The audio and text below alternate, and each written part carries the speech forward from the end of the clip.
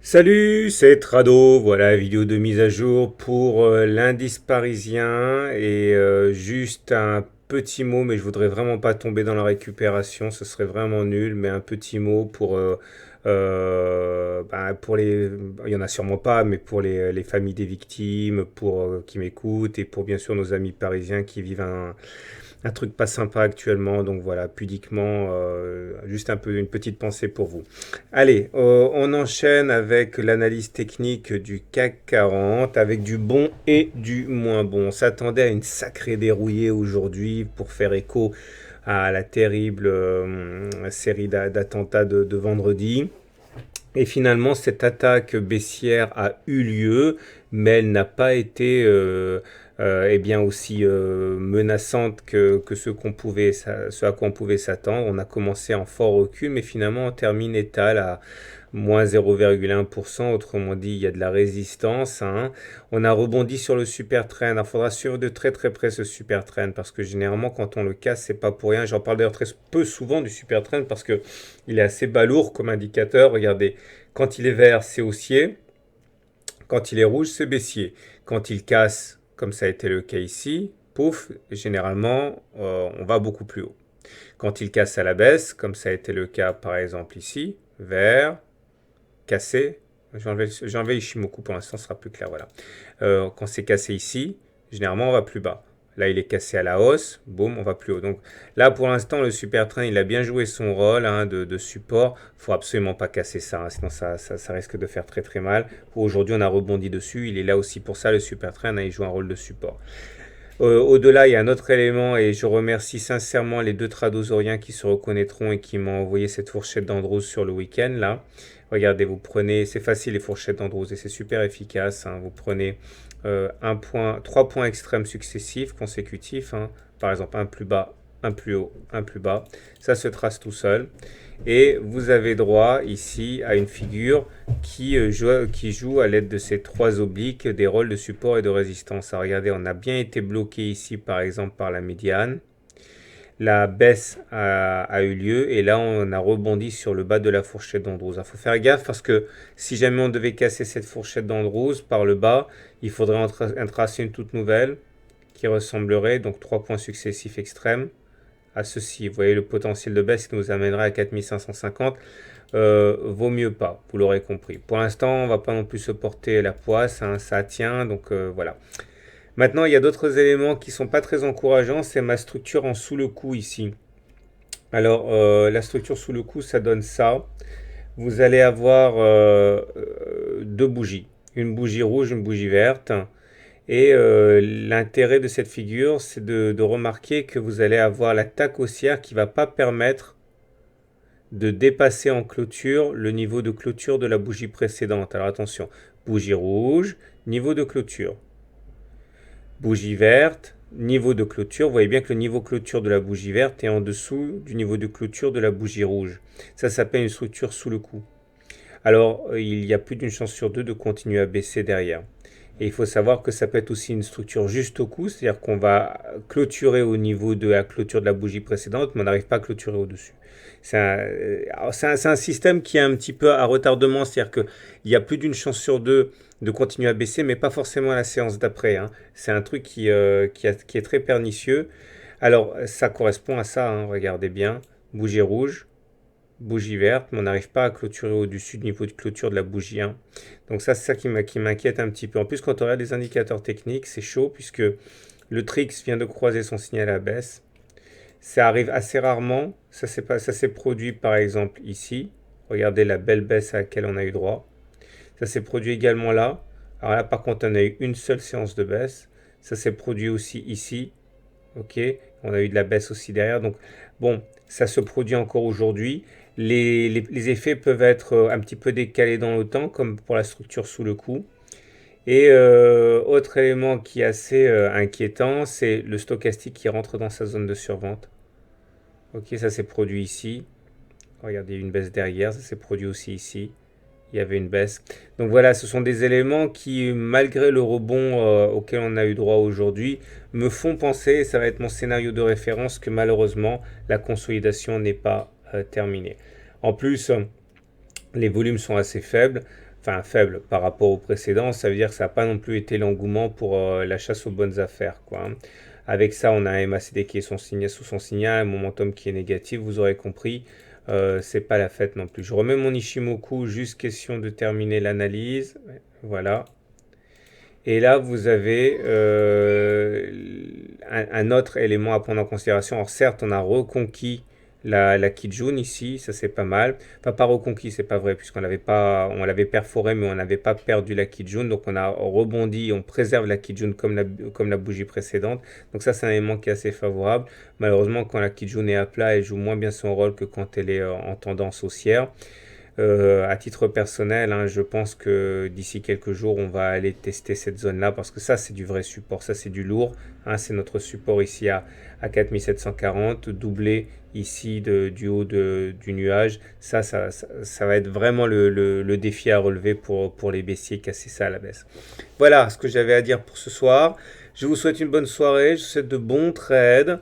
Je vous dis à demain pour la mise à jour et place maintenant à l'analyse de AMedia qui m'a été le plus demandé en fait aujourd'hui, mais ça fait quand même pas mal de semaines qu'elle est demandée.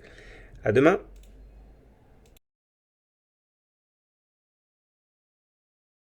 Alors, chose promise, chose due, voilà l'analyse technique de iMedia qui m'a été demandée maintenant depuis pas mal de temps, au moins 3 semaines, mais elle se faisait coiffer au poteau par d'autres actions qui étaient plus demandées, et c'est pas plus mal parce qu'on a eu le temps comme ça de voir la situation se décanter. On va commencer par l'analyse technique hebdomadaire, c'est-à-dire que chaque bougie correspond à une semaine de cotation.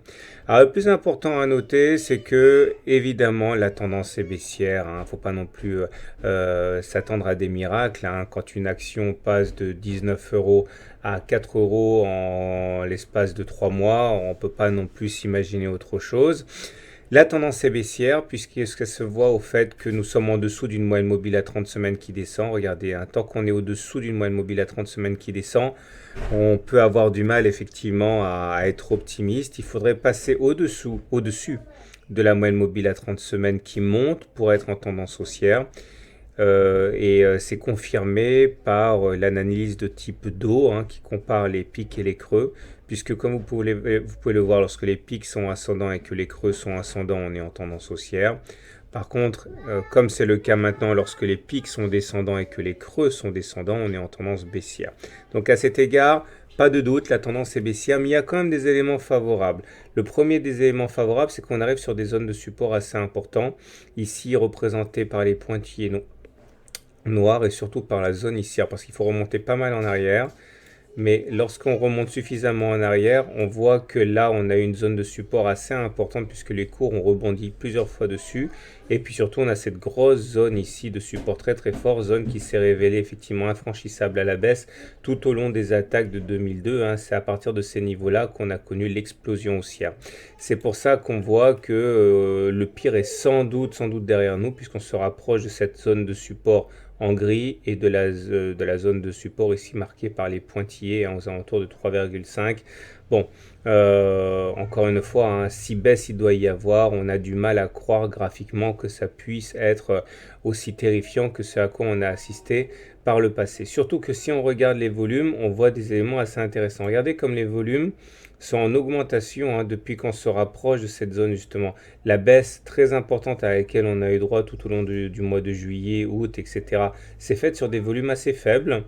Et à mesure qu'on s'est rapproché de la zone de support, eh bien, on a accumulé des volumes assez importants, ce qui montre bien les intérêts acheteurs sur ces niveaux-là, hein.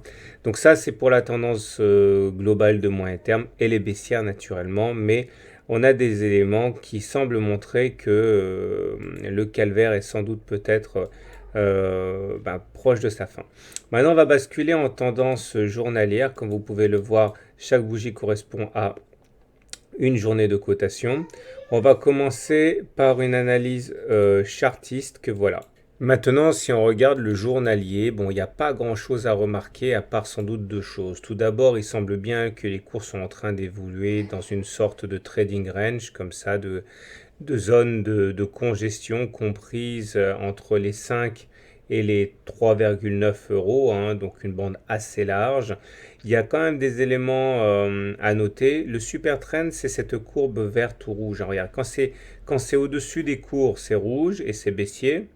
Quand c'est cassé à la hausse, comme c'est le cas ici, ça devient vert et c'est haussier. Donc c'est un petit peu notre garde-fou. Il y a une impulsion haussière qui s'est créée ici, qui pour l'instant n'a pas donné grand-chose, mais on se retrouve dans une situation où le terreau est assez favorable.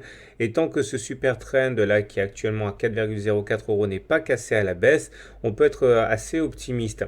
Surtout que lorsque l'on regarde les volumes, on ne peut pas s'empêcher de remarquer les pics qu'il y a actuellement. Regardez cette belle bougie de volume ici, enfin cette bougie accompagnée de beaux volumes ici qui nous ont amené presque 200 000 titres échangés, ou encore ici à 117 000 titres échangés.